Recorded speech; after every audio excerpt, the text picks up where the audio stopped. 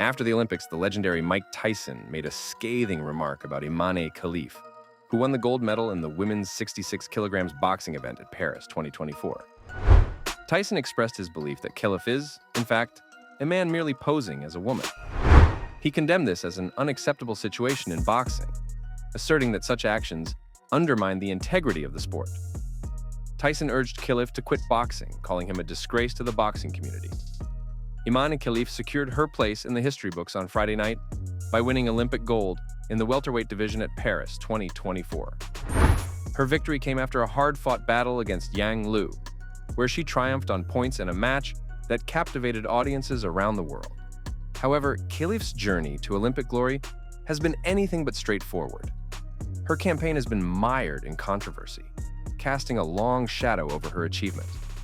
The controversy stems from an incident in 2023 when Khelif allegedly failed a gender eligibility test.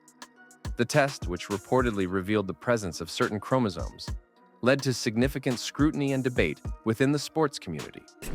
But when it comes to Mike Tyson, the legendary boxer takes a decidedly different view on the matter. Tyson, who has spent a lifetime in the ring and knows the nuances of boxing better than most, claims that he doesn't need to rely on scientific tests or chromosome analysis to determine Imane Khelif's true identity. For Tyson, it's a matter of instinct and experience, something that goes beyond the realm of medical examinations. He asserts that as a man who has faced countless opponents and delivered countless punches, he can recognize the traits and power that come with being male. Tyson insists that from the moment he saw Khelif in action, he could tell that he possesses the physical strength and punching power characteristic of a male boxer. According to Tyson, this is not something that can be easily disguised or overlooked, especially by someone with his level of experience in the sport. He has watched Khelif's matches closely, analyzing every move and punch, and has come to the conclusion that his ability to deliver such powerful blows is a clear indication of his true nature. Tyson believes that Khelif's participation in the Olympics under the guise of being female is not just a violation of the sport's integrity, but also a fundamental dishonesty that undermines the spirit of competition. The stakes are far more significant than just one gold medal or a single boxing match. He sees this as an issue of truth, fairness, and the respect that the sport of boxing commands. Tyson's conviction is so strong that he argues Khelif should never have been allowed to step into the ring at the Olympic Games in the first place. In his eyes, Khelif's decision to compete in the women's category, knowing what Tyson believes to be the truth about his gender, is a disgrace to the sport. Tyson doesn't just see this as a minor infraction or a lapse in judgment, but he views it as a serious offense that warrants severe consequences. The legendary boxer goes as far as to say that Khelif should be banned from the sport of boxing forever, effectively ending his career. But the situation runs much deeper than just appearances for Mike Tyson. The legendary boxer isn't merely making assumptions based on what he sees on the surface. He's been made aware of the scientific discussions surrounding Imane Khelif's gender. Tyson admits that while he may not be a scientist, he doesn't believe you need to be one to see through what he perceives as a facade. This situation draws a parallel to the case of Lia Thomas, the first known transgender athlete to win a major U.S. national college title with her victory in the women's 500-yard freestyle. Unlike Imane Khelif, Tyson has no issue with Lia Thomas, because in his eyes, Thomas was open and honest about her identity. Tyson respects that Thomas didn't hide who she was in order to compete, whereas he sees Khelif as having concealed his true identity purely to secure an Olympic medal. For Tyson, the key difference lies in the honesty and transparency of the athletes. While Thomas embraced her identity, Khelif, according to Tyson, masked his, and that, in Tyson's view, is where the real problem lies. It's undeniably unfair when you think about it. How can a man compete in a women's category? Biologically, men generally have significant advantages over women: greater muscle mass, higher bone density, and increased physical strength. Even if a woman has trained for years, these inherent differences make it nearly impossible for her to compete on an equal footing with a man.